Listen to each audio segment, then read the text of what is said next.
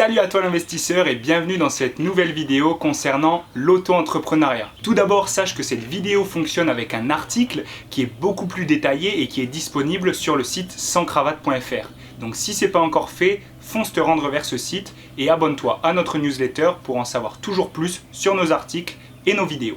De la même façon, si ce n'est pas encore fait, abonne-toi tout de suite à cette chaîne Etienne Investissement. C'est du contenu toujours dans le milieu des marchés financiers et de l'entrepreneuriat et c'est toujours bon à prendre. Si tu te trouves sur cette vidéo aujourd'hui, c'est sûrement que tu as tapé auto-entrepreneur dans une barre de recherche, que ce soit Google ou YouTube.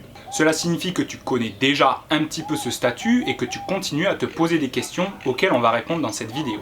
Le statut d'auto-entrepreneur, on sait qu'il présente plein d'avantages, surtout au niveau de sa simplicité, de la comptabilité et de ses déclarations, et aussi de la fiscalité. Tu désires sûrement commencer une activité, que ce soit la vente de biens ou la vente de services, et tu te poses peut-être la question déjà, est-ce que j'ai forcément besoin de me déclarer, d'avoir un statut juridique pour vendre mes biens ou mes services ? En effet, il semblerait que toute activité rémunératrice doive être déclarée, mais on va voir qu'il y a quelques petites exceptions. En effet, quelqu'un qui vend des biens sur Le Bon Coin, par exemple, il n'est pas du tout dans l'obligation de déclarer les sous qu'il gagne grâce à la vente de ses produits. La question est donc, un particulier peut-il vendre en fait occasionnellement un bien ou un service sans le déclarer ? Et la réponse n'est pas si simple. En effet, même au niveau de la loi, c'est pas forcément très bien structuré et très clair. En tout cas, il existe quelques points sur lesquels les juges vont se pencher s'il y a un doute ou une enquête sur l'activité de quelqu'un. Cela concerne vraiment les termes de régularité et lucratif. De cette façon, on comprend rapidement que tout simplement si la vente d'un bien ou d'un service est régulière et que c'est vraiment peut-être votre activité principale, en effet, d'ores et déjà, on sait qu'il faut déclarer ces revenus-là et que ça va être une activité entrepreneuriale. Cependant, il y a quand même cette notion de occasionnel qui rentre en jeu. Pour prendre mon exemple, j'ai écrit un e-book sur le domaine des marchés financiers et j'en ai vendu une vingtaine. Est-ce que j'ai besoin de déclarer la vente de ces 20 e-books par exemple ? Eh bien répondre à cette question, c'est justement pas si simple. Ils vont regarder si en fait la vente est organisée justement et à but lucratif. Organisé, ça veut tout simplement dire que derrière, il y a vraiment un réel objectif de vendre ce produit et de mettre en place une stratégie pour le vendre. On revient aussi sur ce terme de régularité, donc si cette vente est régulière, qu'elle vient toutes les semaines, tous les mois ou même tous les jours, à ce moment-là, on est dans une activité. Deuxième point. En effet, si le vendeur dispose de compétences particulières ou d'expertise dans le domaine dans lequel il vend ses biens et ses services, l'activité se devra d'être déclarée. Troisième point, si le vendeur est un intermédiaire et qu'il agit au nom d'un professionnel, alors à ce moment-là, l'activité se devra d'être déclarée. Quatrième point, un indice extrêmement important pour savoir si un vendeur est en train de réaliser une activité commerciale, c'est savoir si tous ses produits se basent dans le même secteur d'activité ou alors qu'ils sont sur un même niveau de prix. Cinquième point qu'on va aborder ici, l'achat-revente. Le fait d'acheter et de revendre rapidement un bien, ça constitue une activité commerciale. Encore une fois, on a vraiment cet aspect de régularité derrière. Maintenant, vous en savez donc un petit peu plus et on a répondu à la première question sur est-ce que vous avez besoin vraiment de vous déclarer, en tout cas de déclarer les revenus que vous touchez suivant votre activité. Si vous vous sentez concerné par les points qu'on vient d'aborder, il va donc falloir entamer une démarche de déclaration auprès de l'URSSAF. Une non-déclaration peut entraîner vraiment beaucoup de préjudices, que ce soit tout simplement l'ajout de vos recettes à votre fiscalité à la fin de l'année, ce qui semble quand même logique, on peut aller quand même beaucoup plus loin. En effet, le patrimoine du vendeur qui ne s'est pas déclaré peut être engagé pour répondre des préjudices qui ont été causés avec son activité commerciale. Là, c'est un petit peu plus embêtant car en effet, le travail sera considéré comme travail dissimulé. Et là, ça peut aller très loin. Il faut donc absolument vous déclarer pour avoir une sécurité et pour être dans la légalité. Il existe plein de statuts juridiques de sociétés différentes. On retrouve les SA, les SAS, les SARL, les EURL, mais dans cette vidéo, on va parler de l'auto-entrepreneur. Il s'agit du statut le plus simple possible pour déclarer une activité individuellement. Votre société, c'est tout simplement vous. Maintenant, qui peut devenir réellement auto-entrepreneur ? On entend souvent parler de ce statut au vu des avantages qu'il propose et de la sécurité qu'il confère. Et en fait, l'auto-entreprise, elle est accessible à quasiment tout le monde, tant que vous n'avez pas tout simplement une interdiction d'exercer dans votre milieu. Que vous soyez salarié, étudiant, retraité, fonctionnaire ou même dirigeant d'une autre société d'un différent type, vous pouvez monter votre propre auto-entreprise. Les prérequis sont tout simplement d'être de nationalité française, d'être majeur et de ne pas être sous un régime de protection, c'est-à-dire sous tutelle ou sur curatelle par exemple. Il faut aussi avoir une adresse postale en France, un élément qui est assez important. Vis-à-vis de ceux qui regardent ces vidéos ou de nos lecteurs de sanscravate.fr, j'aimerais mentionner quand même un petit quelque chose. Il est impossible de déclarer en tant qu'auto-entreprise une activité qui repose sur de la TVA immobilière. Ensuite, une fois que vous êtes déclaré auto-entrepreneur, il faut savoir jusqu'à quand vous allez pouvoir conserver ce statut. Et là, en fait, on parle tout simplement d'un cap de chiffre d'affaires. En effet, il existe un certain seuil auquel votre activité sera considérée comme trop grosse pour rester sous le statut privilégié d'auto-entreprise. Ce cap, il a évolué énormément ces dernières années pour arriver au seuil de 70 000 € de chiffre d'affaires annuel sur la vente de services et 170 000 € de chiffre d'affaires annuel pour la vente de biens. Ce qui fait que vous avez quand même assez de marge pour rester et bénéficier des avantages du statut d'auto-entrepreneur avant de devoir changer de statut. Parmi les avantages indéniables du statut d'auto-entreprise, on retrouve la simplicité des démarches et la simplicité des déclarations, c'est-à-dire de la comptabilité qui doit être en fait engagée derrière tout le processus de votre société. Par contre, cela ne veut pas dire que vous n'êtes pas sujet aux cotisations sociales et prélèvements sociaux. Rentrons un petit peu plus dans les détails concernant la comptabilité. Déjà, je vais commencer par vous conseiller un bouquin qui s'appelle « La comptabilité pour les nuls ». Ce livre il fait environ 260 pages, il est abordé d'une manière extrêmement pédagogique, je vous mets le lien dans la description. Cependant, pour le statut d'auto-entrepreneur, vous allez voir que vous n'avez pas forcément besoin de lire quelconque livre de comptabilité pour pouvoir vous en sortir. En effet, déjà les comptes de résultats à fournir de façon trimestrielle sont extrêmement simples. Il s'agit simplement de vos recettes et de vos dépenses. De cette façon-là, il n'y a pas du tout de bilan comptable à fournir, mais tout simplement ce que vous gagnez et ce que vous dépensez pour l'achat de votre matériel. Je vous conseille cependant de tenir un registre clair et de conserver les factures, c'est même obligatoire. Les pièces justificatives comme les factures sont indispensables lors de contrôles et pour vous y retrouver de façon beaucoup plus simple. De la même façon, il faut que vous gardiez une trace des moyens de paiement qui ont été effectués sur vos factures. D'ailleurs, une question qu'on m'a souvent posée et que d'ailleurs Noélie m'a posée lorsqu'elle voulait démarrer son activité de yoga, je vous mets la vidéo juste là, c'est tout simplement de savoir si elle pouvait déduire ses charges de ses revenus annuels. Et ça, c'est quelque chose qui est valable pour toutes les activités auto-entrepreneuriales. Il n'est pas possible de déduire ses déplacements ou ses appels téléphoniques, ses abonnements Wi-Fi, tout ça qui vous sert en fait à développer votre business. En effet, on connaît des types de sociétés qui sont tout à fait dans la légalité de faire ça, comme par exemple les SA, les sociétés par action. Comme ces dernières peuvent réduire, en tout cas déduire de leur chiffre d'affaires les déplacements, souvent ils font appel à des voitures de fonction comme un avantage pour leurs salariés. Maintenant, on va devoir aborder un point un petit peu plus complexe que beaucoup de gens ne connaissent pas trop et ne maîtrisent pas trop, il s'agit de la TVA.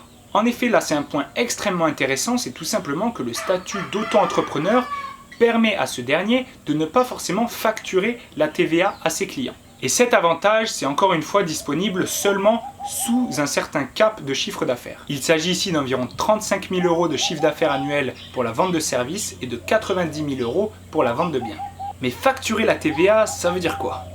En fait, il faut déjà savoir que la TVA, c'est un impôt direct sur la consommation.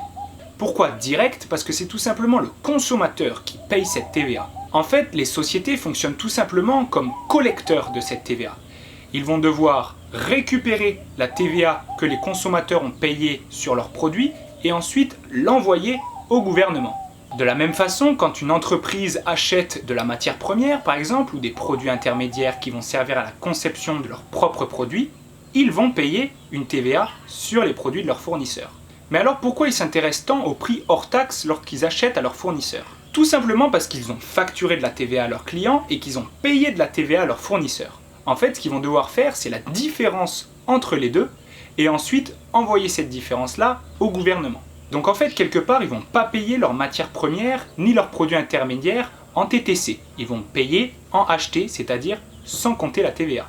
Ils vont donc se servir de l'argent récolté auprès des consommateurs pour payer, eux, leur TVA sur leurs produits qu'ils ont achetés à leurs fournisseurs. Ensuite, l'argent qu'il leur reste des factures de la TVA de leurs clients, ils le doivent quand même tout simplement au gouvernement. À ce moment-là, ça demande vraiment une comptabilité beaucoup plus avancée et d'ailleurs, l'expert comptable intervient à ce moment-là. Et c'est pour ça que le statut d'auto-entrepreneur vous permet de passer au-delà de tout ça. Vous n'avez pas du tout besoin de facturer la TVA à vos clients, mais par contre, vous allez payer la TVA sans vous faire rembourser, c'est-à-dire que vous avez payé vos produits que vous achetez en TTC, c'est-à-dire en toute taxe comprise. Si vous n'avez pas forcément très bien compris ce point, je vous laisse aller voir l'article, je vous mettrai le lien dans la description, et dans ce dernier, j'ai présenté un exemple. Je voulais juste rentrer un petit peu plus dans les détails au niveau de l'explication de la TVA, mais en tout cas, sachez que pour le statut d'auto-entrepreneur, c'est extrêmement simple. Vous n'avez tout simplement pas à vous soucier de cette dernière, vous ne la facturez pas à vos clients, c'est-à-dire que le prix que vous faites à votre client, que vous facturez, qui est écrit sur la facture,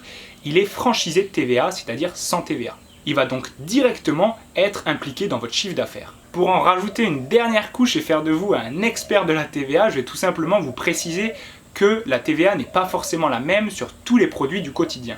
En effet, on entend souvent parler de 19 ou 20%, et ça, c'est la TVA sur la plupart des produits ou services. Cependant, suivant le type de produit ou de service, ça peut être bien plus faible. En ce qui concerne le milieu de la restauration, par exemple, la TVA n'est que de 10%. De la même façon, pour les produits de première nécessité, on est plus sur du 5,5% de TVA, et pour les médicaments remboursables, on descend jusqu'à 2% de TVA seulement.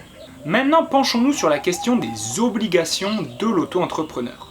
Déjà, sachez que quand vous allez vous allez donc vous déclarer sur le site de l'URSSAF, sur l'auto-entrepreneur, tout simplement, .fr.ursaf, il me semble. Vous allez ensuite recevoir un numéro SIREN, S-I-R-E-N, je dis que c'est comme ça se trouve, c'est pas du tout comme ça que ça se dit, mais en tout cas, ce numéro, c'est tout simplement l'immatriculation de votre auto-entreprise. Cependant, avant de s'enregistrer et de s'immatriculer, justement, il est possible qu'il faille faire quelques petites démarches. En effet, suivant si votre activité que vous voulez exercer est dangereuse ou alors dans une catégorie bien spécifique de service, il est possible qu'un stage ou qu'une expérience soit nécessaire. On parle ici par exemple du domaine du bâtiment et du domaine de la coiffure par exemple, ou encore de la restauration.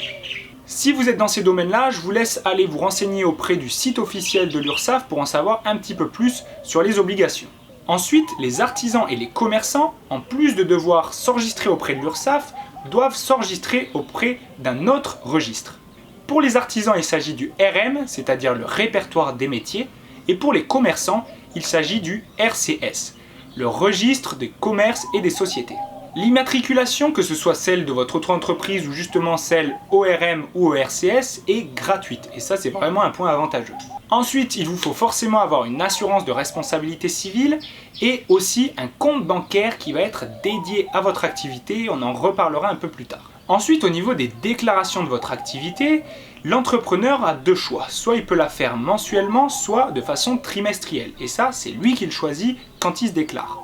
Un mail est toujours envoyé au préalable avant de faire la déclaration et il existe un délai de temps imparti dans lequel il faut absolument faire la déclaration de ses recettes et de ses dépenses. Si ce délai n'est pas respecté, il est possible que vous ayez des pénalités comme par exemple 50 €. Un point très important, il faut savoir que la première déclaration doit être effectuée au minimum après 90 jours d'activité. Parlons maintenant d'un point extrêmement important et que tout le monde attend dans cette vidéo, les impôts.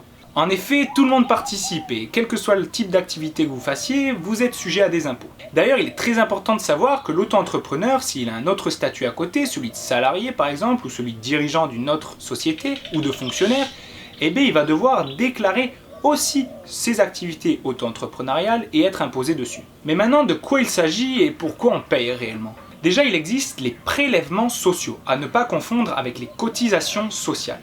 Les prélèvements sociaux, c'est un petit peu pour la masse, pour tout le monde, c'est pour aider la France. Ces prélèvements sociaux, ils vont se constituer principalement de la CSG et de la CRDS. Pour la CSG, les contributions sociales généralisées, il s'agit principalement en fait d'aider tout le monde à avoir une protection sociale et aussi des allocations familiales. Ensuite, en ce qui concerne la CRDS, c'est en fait tout simplement participer au remboursement de la dette nationale. Pour connaître les taux exacts et savoir exactement combien vous allez être prélevé sur votre chiffre d'affaires, eh bien il n'y a pas forcément besoin de s'inquiéter puisque tout simplement le logiciel disponible sur l'URSSAF va tout calculer pour vous et va vous dire exactement combien vous êtes imposé. Cependant, il faut savoir qu'entre deux personnes, c'est complètement différent.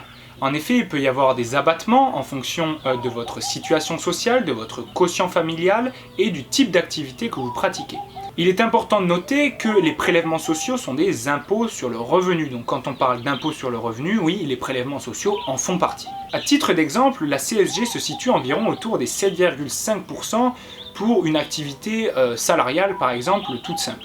Le chômage et les pensions de retraite sont aussi imposables sur la CSG justement. Donc de la même façon, les gens qui sont au chômage vont devoir payer ces prélèvements sociaux. Il existe seulement deux statuts qui permettent de ne pas payer ces prélèvements sociaux. Il s'agit du RSA et du minimum vieillesse. Quelque part c'est logique, déjà que vous avez très peu d'argent pour vivre, on ne va pas en plus vous prélever de l'argent dessus. Ensuite, parlons justement des cotisations sociales. Les cotisations sociales, à l'inverse des prélèvements sociaux, sont vraiment pour vous et vous-même. Il s'agit tout simplement de cotiser pour sa retraite et pour sa santé. C'est pour cela qu'il est obligatoire pour un auto-entrepreneur d'être affilié à une caisse sociale justement, qui va en fait prélever automatiquement ces cotisations-là. Généralement, lors de la déclaration en ligne, et ça c'est fait de manière automatique si vous ne voulez pas le faire autrement, vous allez être affilié au RSI, c'est-à-dire au régime social des indépendants. Encore une fois, cela peut varier en fonction de l'activité en question. Ensuite, de la même façon, il existe un statut particulier au sein du statut d'auto-entrepreneur qui vous permet de diminuer et d'avoir des abattements extrêmement intéressants sur ces cotisations sociales. Il s'agit de l'ACRE. L'ACRE, c'est quoi? C'est tout simplement une aide qui est donnée aux chômeurs et aux créateurs d'entreprises dans leur activité. Ça permet en fait d'avoir de gros abattements très intéressants sur les premières années du développement de votre entreprise si vous pouvez bénéficier de cet ACRE. Lorsqu'on parle de cotisation sociale, on est plus cette fois-ci autour de 13-14% pour la vente de produits et de 22% pour la vente de services. Et en bénéficiant de l'ACRE, vous allez voir que ça peut avoir des abattements qui vont jusqu'à 6% sur la première année de votre activité. Encore une fois, je vous laisse vous renseigner sur les prérequis pour disposer de l'ACRE sur le site officiel de l'URSSAF. En plus de ces prélèvements et de ces cotisations, il existe encore d'autres types d'impôts sur le revenu mais qui sont beaucoup plus faibles et dont l'auto-entrepreneur justement s'inquiète beaucoup moins. Il s'agit par exemple du prélèvement libératoire qui va être d'environ 1,7% pour ceux qui vendent un service et de 1% pour ceux qui vendent un produit, un bien. Il existe encore d'autres impôts sur le revenu, il en existe toute une liste, mais les derniers sont vraiment en dessous des 0,5%, donc on n'en parlera pas sur cette vidéo. Pour terminer, il est extrêmement important de savoir que si vous ne faites pas de chiffre d'affaires, vous n'allez pas être prélevé. Donc n'ayez pas peur d'engager une démarche d'auto-entrepreneur, même si vous n'avez pas encore démarré votre activité ou qu'elle n'est pas en plein boom. Maintenant, parlons rapidement de quelques points spécifiques qu'on n'a pas abordés jusqu'à maintenant. Il faut savoir que lorsqu'il exerce, l'auto-entrepreneur engage sa personne dans les préjudices possibles au cours de son exercice. C'est pour ça que sa protection sociale, elle est primordiale. Il est possible pour cela de souscrire à une assurance privée justement professionnelle pour justement pouvoir couvrir ces préjudices-là en cas de problème. De la même façon, une mutuelle va vous permettre de venir compléter tous ces frais médicaux en quasi-totalité. Mais qu'en est-il de l'arrêt maladie pour l'auto-entrepreneur ? En effet, c'est un point extrêmement important et sachez qu'un auto-entrepreneur peut être en arrêt maladie et en effet toucher une partie de son salaire. Mais pour cela, il doit dès le début de son activité s'enregistrer sur un contrat de prévoyance. C'est quelque chose qui est facultatif, donc ne soyez pas surpris si vous n'avez pas souscrit à ça de ne pas pouvoir être en arrêt maladie. Ensuite, sachez, je ne l'ai pas dit encore dans cette vidéo, que quand vous êtes auto-entrepreneur, puisque votre entreprise c'est vous, il est logique qu'en fait votre capital social de votre entreprise ce soit tout simplement votre patrimoine à vous. Et ça peut en effrayer plus d'un. C'est-à-dire que tout simplement s'il y a un problème au niveau de dette ou en tout cas de dépenses avec votre activité d'auto-entrepreneur, ce sera vous et votre capital personnel, votre patrimoine qui devra en répondre. Cependant, il est possible de s'enregistrer avec un statut particulier, celui de EIRL, entrepreneur individuel à responsabilité limitée. Ce dernier en fait il vous protège de ça en vous obligeant à attribuer un certain montant, un patrimoine, un capital social à votre entreprise et justement, il ne pourra pas descendre en dessous de ce patrimoine-là. Il n'y aura que ce patrimoine-là qui sera engagé, donc vous protégez votre personne. Cependant, par exemple, si vous voulez bénéficier d'un levier quant à un emprunt, il va peut-être être plus difficile d'avoir un emprunt si vous n'engagez pas votre personne derrière et en tout cas votre patrimoine personnel. Je vous laisse réfléchir sur ce point et en tout cas renseignez-vous plus sur le statut de IRL qui peut vous correspondre. Ensuite, on l'a dit au début de la vidéo, mais je vais me répéter là, il est important et obligatoire en fait de créer un compte bancaire dédié à votre activité d'auto-entrepreneur. Ça c'est tout simplement pour une question de simplicité pour vous et aussi de simplicité de démarche en cas d'un contrôle.